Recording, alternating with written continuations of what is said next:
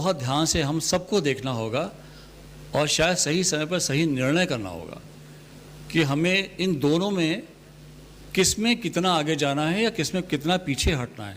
ये बहुत ज़रूरत है इस चीज़ों को करने की। वन विभाग की तरफ से हम लोगों के बहुत प्रयास रहते हैं कि वनों की जो गुणवत्ता है वो अच्छी होती रहे।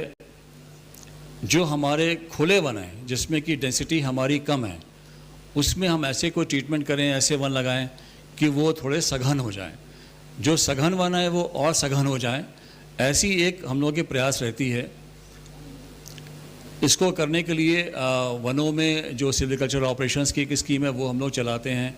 इवन नदी किनारे हम लोग बहुत वनरोपण करने का प्रयास कर रहे हैं और करते रहेंगे, ताकि नदियों का जो कैचमेंट है वो अच्छा रहे, तो उससे जो ग्राउंड वाटर टेबल है वो बहुत नीचे नहीं जाएगा, जो कि एक समस्या जो रांची शहर झेल रहा है। रांची शहर में पिछले करीब 6-8 सालों में जो ग्राउंड वाटर टेबल है वो शायद 7 से 10 मीटर नीचे चली गई है। अब इसको कनेक्ट करते हैं मिशन लाइफ से, जो आपने अभी एक फिल्म भी देखी। मिशन लाइफ में जो 7 थीम्स हैं, उसकी पहली थीम है सेव वाटर। अब पानी को बचाना है, क्योंकि पानी के लिए बहुत मारामारी है। रांची शहर का भी आप एग्जाम्पल देख सकते हैं। तो जब तक पानी को हम और आप नहीं बचाएंगे तो बहुत मुश्किल है इसमें कोई एक प्रभावी तरह से कोई सफलता को हासिल करने का। और जिन लोगों ने या जिन शहरों ने, जिन राज्यों ने और जिन देशों ने इस पे गंभीरता से काम नहीं किया, उसका परिणाम वो धीमे धीमे भुगत रहे हैं। और एग्जाम्पल एक है केप टाउन, जो साउथ अफ्रीका की राजधानी है। केप टाउन को जल विहीन शहर डिक्लेयर कर दिया गया है। जल विहीन हो गया वो, वहाँ जल ही नहीं है। और आपको सुन के आश्चर्य होगा कि वहाँ पे नहाने पे रोक लगा दी गई है। उस शहर में कोई आदमी नहा नहीं सकता। अब आप सोचिए कि कोई अगर आदमी जिसको नहाने को मना कर दिया जाए तो उसे कैसा लगेगा। अगर आदमी अपने ऊपर सोच के देखे कि आपको नहाना नहीं है, किसी दिन नहीं नहाना है जब तक आप उस शहर में रह रहे हैं। पानी की राशनिंग ऐसी कर दी गई है कि प्रति व्यक्ति जो है वो सिर्फ 25 लीटर पानी मिलेगा, जबकि एक आदमी की आवश्यकता करीब 135 लीटर की होती है प्रतिदिन। उसको 25 लीटर पानी मिलेगा बस। 10 लाख पानी के कनेक्शन वहाँ काटे जा रहे हैं ताकि लोगों को पानी ना मिल सके। तो ये जो भयावह स्थिति है पानी की, ये एक इंगित करती है पूरे वातावरण में जो एक तरह से डिसबैलेंस हो रहा है चीज़ों का, जो अलग अलग पैरामीटर्स के इंट्रैक्शन का। दूसरी थीम है सेव एनर्जी। कैसे हम लोग बिजली को बचाएं, बिजली की खपत को जो है वो ऐसे ऑप्टिमाइज़ करें कि कम से कम उसका वेस्टेज हो। बाकी और भी हैं, ई वेस्ट है, से नो टू सिंगल प्लास्टिक है। 7 थीम्स हैं। चूँकि हम लोग आज़ादी के 75वें साल में चल रहे हैं, अमृत काल में चल रहे हैं, तो इसके 75 एक्शन पॉइंट्स बताए गए इन 7 थीम्स के, जिस पे सबको मिलकर काम करना है। और मिशन लाइफ में जब ये मिशन पिछले महीने लॉन्च हुआ एक बड़े स्केल पे, जिसमें भारत सरकार भी था और सभी राज्य उसके पार्टिसिपेटिंग स्टेट्स थे, तो झारखंड राज्य ने भी बीड़ा संभाला उसका। और पिछले 3 हफ्ते में मुझे बताते हुए बहुत ही हर्ष हो रहा है कि राज्य के वन विभाग ने, जबकि उनका टारगेट जो था वो शायद मेरे ख्याल से 12,000 एक्टिविटीज़ को करने का था। एक एक्टिविटी का मतलब ये है कि आपने ऐसे मान लीजिए कि सपोज एक नुक्कड़ नाटक किया तो एक सिंगल एक्टिविटी है।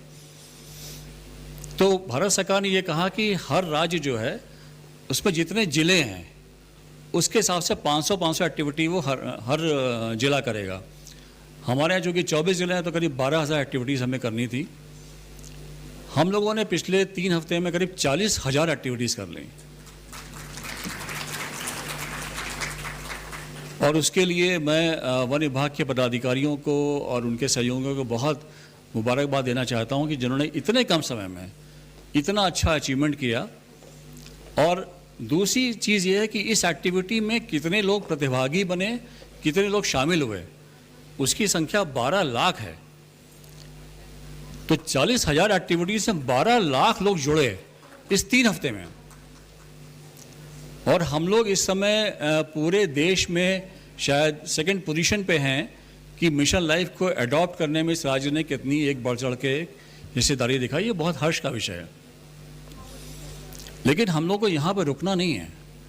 ये तो एक फर्स्ट फेज था जो आज कल्मिनेट हो रहा है वर्ल्ड एनवायरनमेंट डे पे। इसको हमें बहुत आगे लेके जाना है, और इसको आगे ले जाने के लिए हमको और आपको अपने जीवन शैली में बहुत से बदलाव करने पड़ेंगे, जो बहुत छोटे छोटे हैं लेकिन करने चाहिए। जैसे मैंने कहा, पानी की जो एक आवश्यकता है या जो उसका जो महत्व है, पानी कैसे बचाएं। जैसे मान लीजिए हम लोग सुबह ब्रश करते हैं तो कभी कभी वो नल खुला रह जाता है, पानी गिरता रहता है उससे, उस पर ध्यान दीजिए। शेव करते हैं तो पानी का नल खुला रहता है, उस पर ध्यान देने की ज़रूरत है, पानी कहीं लीक ना हो। घर से ऑफिस चले, रास्ते में कहीं ट्रैफिक सिग्नल पर रेड लाइट है, अपनी गाड़ी का इंजन बंद कर दें। यथासंभव जिसके ऑफिस घर से पास में है वो साइकिल का यूज़ करें, चाहे कारपूल का यूज़ करें, साथ में मिल के आएँ, वो भी एक तरीका है। अब जब ऑफिस पहुंच गए, अधिकांश लोग ऑफिस जाने वाले हैं या कहीं ना कहीं कुछ ना कुछ काम ज़रूर करते होंगे। जब आप चैम्बर में नहीं हैं, अपने कमरे में नहीं हैं, तो ये ज़रूर ध्यान रखें कि उसमें कोई पंखा, बत्ती, एसी ना चलता रहे। ये बहुत ध्यान देने की ज़रूरत है, जैसे हम लोग अपने घरों में ध्यान देते हैं। आप सोचिए कभी कि अपने घरों में जब हम रहते हैं, कोशिश रहती है कि बिजली का बिल आएगा तो पंखे को स्विच ऑफ कर देना है। तो वही धारणा और वही प्रैक्टिस हमें ऑफिस में भी करनी चाहिए। अधिकांश ऑफिस में प्रिंटर का यूज़ होता है, तो प्रिंटर में एक होता है इकोनॉमी मोड में प्रिंट करना, इकोनॉमी मोड में प्रिंट करें ताकि इंक कम खर्च हो। कागज़ के दोनों साइड में प्रिंट करें। ये बहुत छोटी छोटी शुरुआतें हैं जो करना चाहिए। बाज़ार में जाते हैं तो प्लास्टिक का थैला बिल्कुल ना लेके जाएं, ना मांगें। एक कपड़े का थैला अपनी गाड़ी में रख लें, वही कपड़े का थैला हमेशा यूज़ करें। तो मैं जो कहना चाह रहा हूँ कि ये बहुत छोटी शुरुआतें हैं जो हम लोग करनी चाहिए। तो plastic pollution, environment, mission life, themes, action points, forest, पानी, एनर्जी, इन सब का एक बहुत बड़ा एक इकोसिस्टम है। इस इकोसिस्टम के किसी एक पैरामीटर के बिगड़ने से वो कहीं ना कहीं वो डिसबैलेंस हो जाएगा। वो नहीं होने देना है। एक समेकित रूप से प्रयास करना है और सबको प्रयास करना है। मैं यहाँ पे उपस्थित जिन इंडिविजुअल्स ने मिशन लाइफ में पिछले 3 हफ्ते में बहुत अच्छा काम किया, जिनको आज पुरस्कार मिलेगा, मैं उनको पहले से बधाई देता हूँ। उन्होंने एक साबित कर दिया है कि हाँ, छोटे छोटे इवेंट से, छोटे छोटे प्रयासों से कैसे इन बड़े गोल्स को अचीव किया जा सकता है। इसीलिए मेरे ये बहुत एक प्रबल धारणा है कि किसी भी काम को करने के लिए शुरुआत हमेशा एक इंडिविजुअल से होती है और बाद में वो एक कलेक्टिव एफर्ट बन के सामने आती है। मैं साथ में उनको भी बधाई देना चाहता हूँ पहले से, जिन्होंने, जो कमेटीज़ के मेंबर्स हैं जिन्होंने मिशन लाइफ में बहुत अच्छा काम किया, जिनको आज पुरस्कृत किया जाएगा। और ये पुरस्कार जो है हम सबके लिए एक बहुत प्रेरणा बनेगा कि कैसे हम लोग अपने जीवन में, अपने क्रियाकलाप में आगे आके इन चीज़ों को हासिल कर सकते हैं। ये जिम्मेदारी लेनी पड़ेगी। बचपन में मैंने एक